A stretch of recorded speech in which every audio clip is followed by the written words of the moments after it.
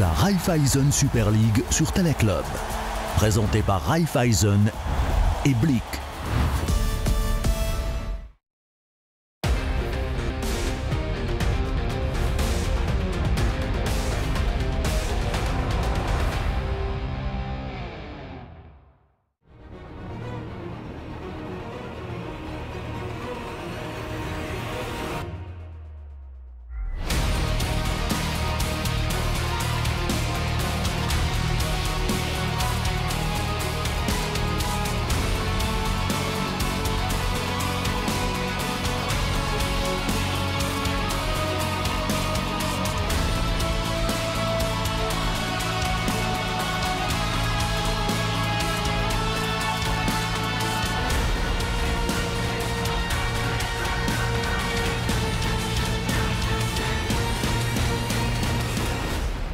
Bonsoir à vous qui nous rejoignez sur Téléclub. Soyez les bienvenus, c'est l'heure du temps additionnel pour revoir l'essentiel de la 34e journée de Super League qui se disputait entre hier soir et aujourd'hui. On en retiendra la relégation désormais officielle et historique de Grasshopper, vaincu 6-1 au Stade de Suisse par le champion en titre IB, stade que les supporters zurichois ont quitté avant la fin de cette rencontre, alors que le 5e but signé par Guillaume Moirot est aussi synonyme de nouveau record de buts sur une saison, détenu jusque-là par balle avec 92. Les 6 inscrits ce soir par les Bernois portent à 94 ce nouveau record. Le résumé de cette partie et des 4 autres disputées entre hier et aujourd'hui sont au programme de la prochaine demi-heure. On parlera également de Challenge League à 2 journées de la fin du championnat. Vous verrez qu'il y a encore du suspense, notamment pour les places européennes en Super League. Notre consultant hier et aujourd'hui, c'est Claude Gross. Bonsoir à vous, Claude. Bonsoir. Merci d'être avec nous. On va attaquer tout de suite avec un retour sur le match capital qui se déroulait hier soir à Tourbillon, où Sion recevait Xamax dans un match de la peur en vue de la place de barragiste. Un seul point séparait les 2 équipes avant le coup d'envoi de cette rencontre. Et les Sédunois, qui restaient sur 4 défaites consécutives, n'avaient pas droit à l'erreur. Loïc Refait était en Valais. Il nous fait rentrer dans cette partie à la 93e minute.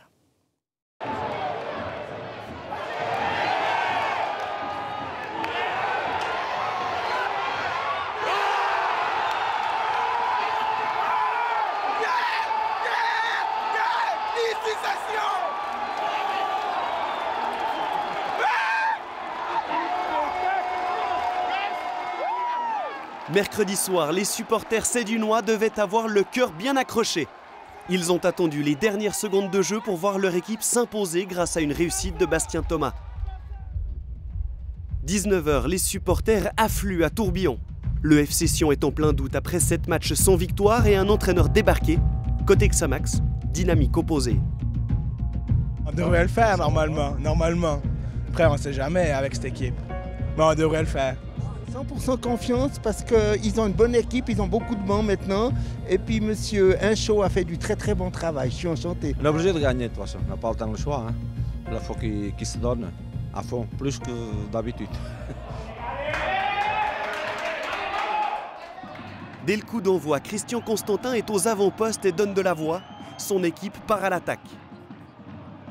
Les Sédunois sont tout près d'ouvrir la marque sur une frappe croisée de Fortune à la 12e minute. Xamax se présente avec un bloc bas très compact. Les visiteurs tenteront d'opérer en contre. À la demi-heure, Ademi est bien lancé par Nuzzolo. Il part seul face à Fickencher. Le portier remporte son duel, mais on a senti Tourbillon vaciller. 0-0 à la mi-temps, la frustration est palpable chez les supporters locaux. Xamax parvient à faire déjouer le FC Sion. À l'heure de jeu, il ne manque que quelques centimètres à Seimenovic pour trouver le chemin des filets. Durant tout le match, les défenseurs neuchâtelois ont fait preuve d'une grande rigueur, mais une erreur, un repli, leur sera fatal.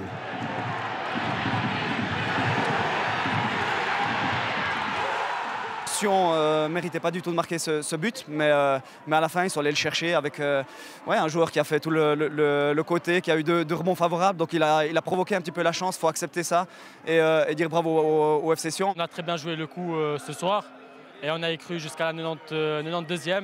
Et voilà, heureusement pour moi et pour l'équipe que c'est rentré au fond. En distançant Xamax à 4 unités au classement, Sion se donne de l'air. Je sais pas si on méritait les 3 points, mais ils vont faire du bien. Il y a eu des moments de doute. Oui, beaucoup. Ouais, il n'y avait pas beaucoup de jeux, trop de longs ballons, pas assez de passes dans les pieds, mais aujourd'hui l'important c'est le résultat et les 3 points. C'est fini. Et voilà.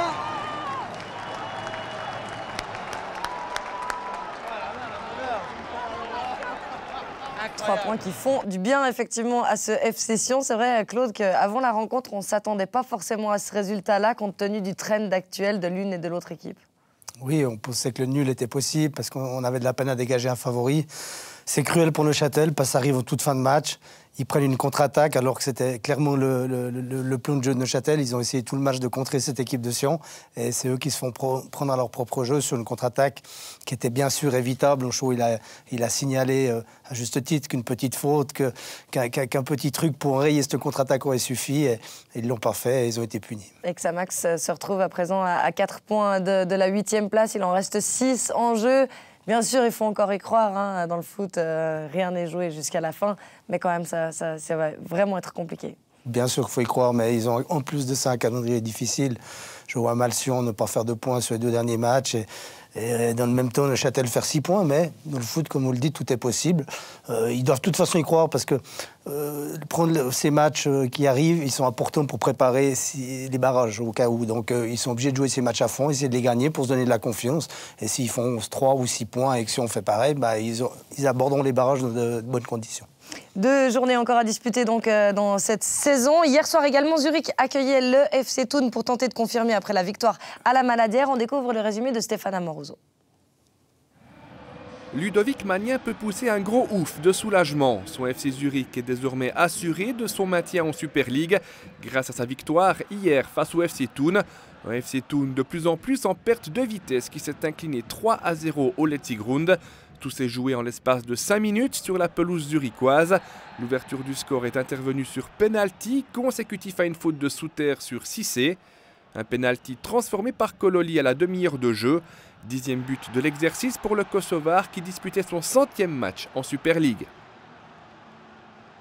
4 minutes plus tard, c'est Stephen O'Day qui est à la conclusion d'une action confuse dans la surface oberlandaise.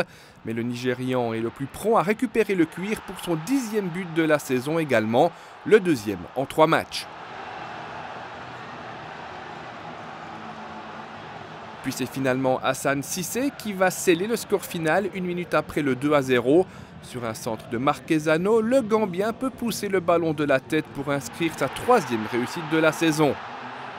Avec ce 3e succès en 4 matchs, Zurich est désormais tiré d'affaire, mais ne veut pas brader les 2 derniers matchs de la saison pour autant. Il ne faut pas qu'on s'arrête là parce qu'on a encore deux matchs devant nous. Et puis encore une 3e place qu'on peut aller chercher, donc on va tout faire pour aller la chercher. On a une grosse saison, on a vraiment une phase très très négative. Voilà, on n'a pas fait beaucoup de points. Et puis là, bah voilà, on a su relever la tête au bon moment contre Xamax alors qu'on était mené 1-0. Et puis on l'a vu aujourd'hui, voilà, on se connaît super bien les joueurs maintenant. On l'a vu aujourd'hui sur le terrain, on a fait des superbes combinaisons en première mi-temps. C'était magnifique. Et puis je pense qu'on a su bien gérer le match aujourd'hui. Donc voilà, c'était important pour nous cette victoire ce soir. Zurich tentera de confirmer son regain de forme mercredi prochain du côté de Lucerne. Tout va très vite hein, dans cette fin de saison. Le redressement zurichois nécessaire pour échapper à la place de barragiste, c'est désormais fait. Par contre, Thun, Claude, après cette courte victoire contre Lugano lors de la dernière journée, continue dans sa dégringolade et il joue balle en finale dimanche. C'était l'équipe type de Marc Schneider. On s'inquiète un petit peu plus. Oui, heureusement qu'il y a eu cette victoire contre Lugano, parce qu'ils seraient en grand danger aujourd'hui, alors qu'ils étaient vraiment tout en haut toute la saison. Donc, ouais, ils préparent pas au mieux cette finale de coupe, et je suis inquiet pour eux, parce qu'ils sont vraiment dans une dynamique très négative, alors que Bâle, c'est tout l'inverse. Ouais, dans le fond, c'est tous les points qui ont été faits clairement au premier tour qui permettent à Thun d'être encore à l'heure qu'il est dans le haut du classement. D'où l'importance de démarrer bien le championnat, parce que vous avez forcément des creux dans une saison, surtout dans ce championnat-là qui est tellement serré. Heureusement que Thun, heureusement pour eux, qu'ils ont fait le nécessaire très tôt dans la saison. L'adversaire de Thun en finale dimanche, le FC Bâle recevait lui Lucerne avec une équipe B du côté des Bâlois. Retour sur cette rencontre à nouveau avec Stéphane Amoroso. Le FC Lucerne n'est pas passé loin d'un bel exploit hier au Parc Saint-Jacques, à savoir remonter un déficit de 3 buts pour arracher un point sur la pelouse du FC Bâle. C'est Shkelkim Demassay qui a redonné et maintenu l'espoir pour ses couleurs en marquant à 2 reprises en l'espace de 3 minutes.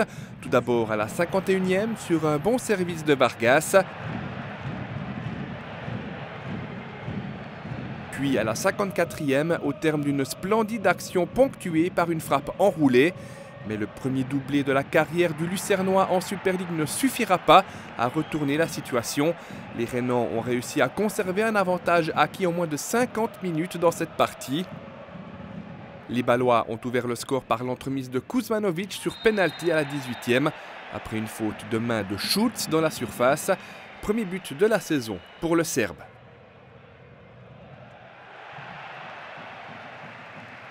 Eder Balanta a lui doublé la mise d'une superbe volée à la 37e sur un caviar de Chumert.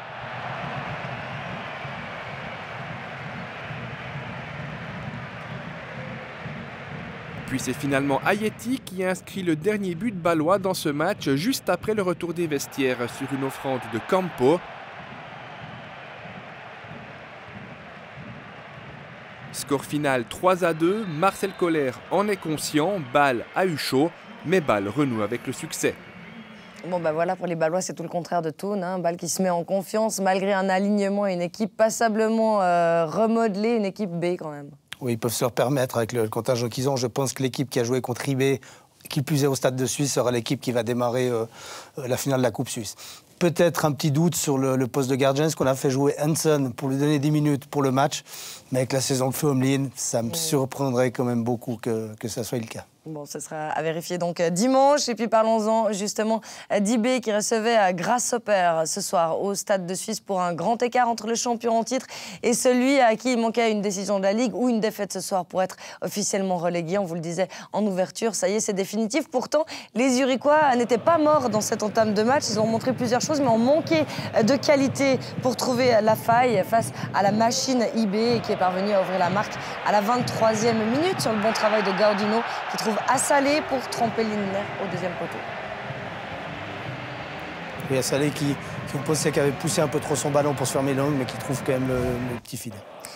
32e minute, balle arrêtée, corner botté par Gaudino, encore lui. Et puis c'est Assalé qui signe un doublé, c'est son 9e but cette saison.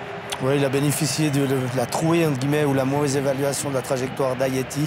Il voit le ballon à la dernière seconde, mais ça suffit pour marquer.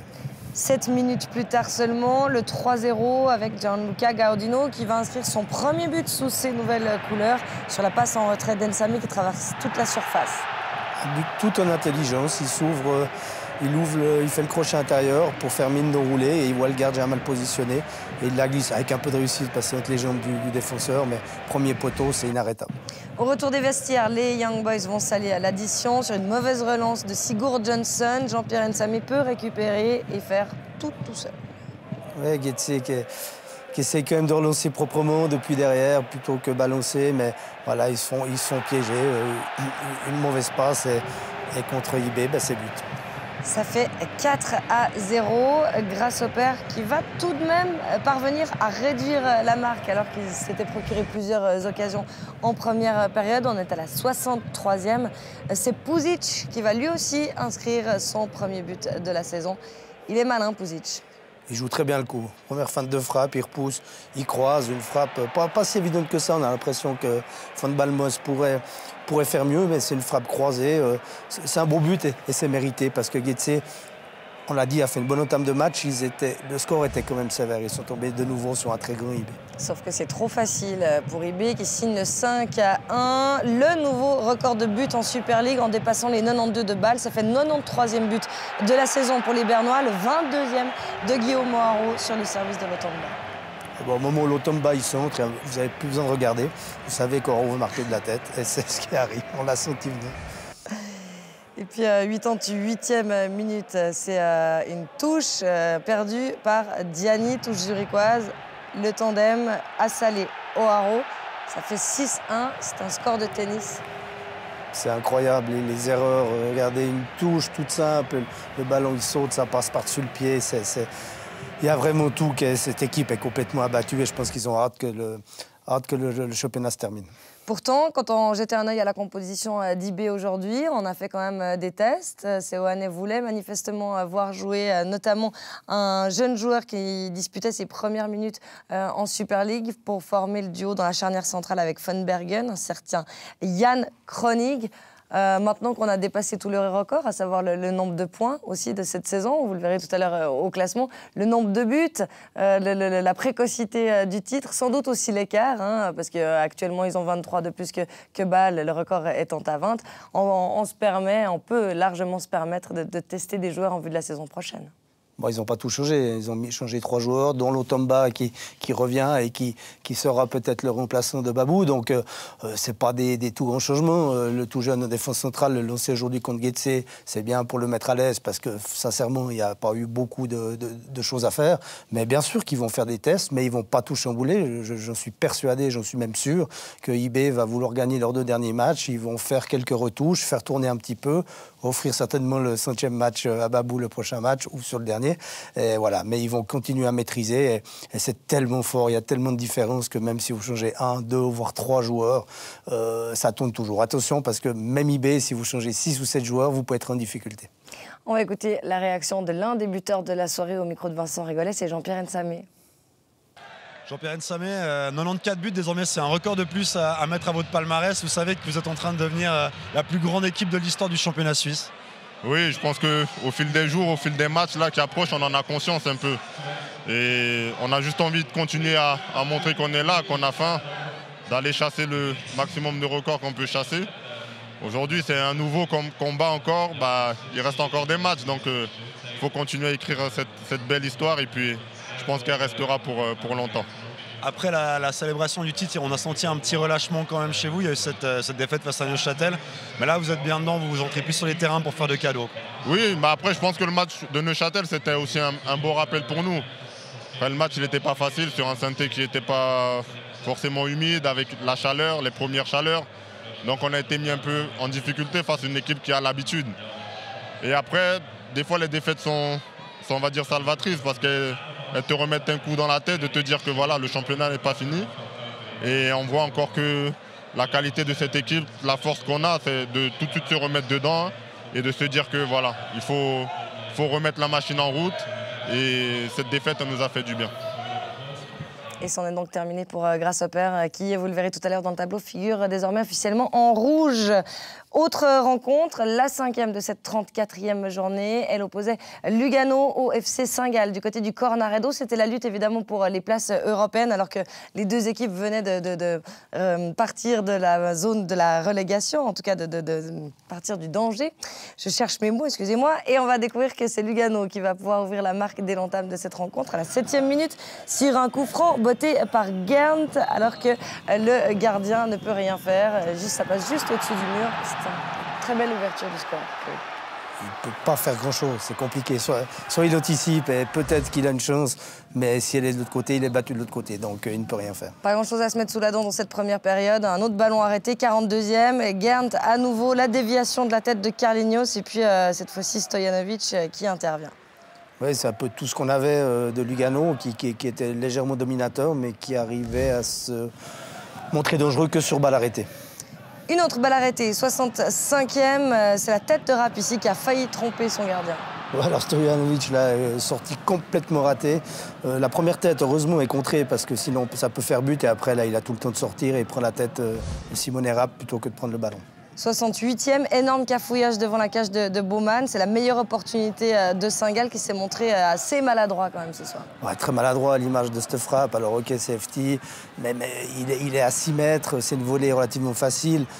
Il suffit entre guillemets de cadrer pour que ce soit but et il y a un nombre incalculable de ratés et ça finit par encore le dernier raté de Guimeno. Sierro, je ne sais plus. Et la déviation de Guimeno. Voilà, c'est ça, de Guimeno qui lui arrive. Il est un peu surpris, mais voilà, il est à 5 mètres du but et il la met à côté. Une dernière occasion qu'on vous a ressortie dans cette partie, c'est à la 79e. C'est Veche qui part tout seul. Et puis Stojanovic qui a fait quand même un grand match. Là, il s'est bien ressaisi. C'était pas un match facile, il n'a pas eu grand-chose à faire, mais c'est vrai qu'il a fait une ou deux sorties hésitantes. Et là, il va vite au sol. Petit côté, c'est jamais facile. Et il a eu un super réflexe, la main ferme. C'était un magnifique arrêt. Qu'est-ce qu'on va retenir de ce match, Claude? Pas grand-chose, qu'il y a eu énormément de fautes, que c'était un match très haché, très tendu, étonnamment, parce qu'on a l'impression que c'est deux équipes qui luttaient pour la relégation, alors que c'est des équipes qui devraient se libérer parce que vous pouvez aller chercher l'Europe. Et il y avait vraiment une tension incroyable. D'ailleurs, ça a été jusqu'à la fin où on a mis aux mains sur les bancs. Voilà, M. Berry a beaucoup sifflé. Il a sifflé toutes les petites fautes et après... sur la dernière demi-heure, il ne sifflait plus rien et il y avait des grosses fautes et il ne sifflait plus. Et ça a peut-être aidé à faire cet énervement parce que quand vous sifflez tout et que tout d'un coup vous arrêtez de siffler, les joueurs ne comprennent pas et s'énervent. En tout cas, c'est Lugano qui fait la bonne opération de cette 34e journée, qui accède à la 3e place du classement. On va écouter une réaction tessinoise, c'est celle de Nouma Lavanchy avec Nicolas Menekre. Nouma Lavanchy, c'était un combat cette rencontre et vous en sortez gagnant. La 3e place, là, vous la percevez, vous la touchez presque? Bien sûr, mais je pense qu'avant le match, on s'était dit qu'on voulait accomplir notre premier objectif, qui était de rester en Super League et d'éviter les barrages. Aujourd'hui, on s'est vraiment battu pour ça et pas pour la 3e place, donc objectif atteint. Et maintenant, sur les 2 derniers matchs, on va pouvoir regarder clairement vers le haut, avec un peu plus de sérénité et de tranquillité. Et on se réjouit de jouer ces 2 prochains matchs. Une équipe de Lugano très combative aujourd'hui, c'est ça qui fait la différence? Ouais, c'est clair. Comme j'ai dit, on se battait vraiment pour éviter le barrage. Ça a été un combat parce qu'en face, Saint-Gall a quand même énormément de qualité. Mais je pense qu'on leur a pas laissé grand-chose. Donc on peut être content de notre prestation ce soir. On a tous travaillé ensemble. C'était vraiment le but. C'était ce qu'on s'était dit avant le match, de vraiment laisser les tripes sur le terrain. Et c'est ce qu'on a fait. Et dans l'autre camp, Nicolas Menekre a tendu son micro à Vincent Sierot.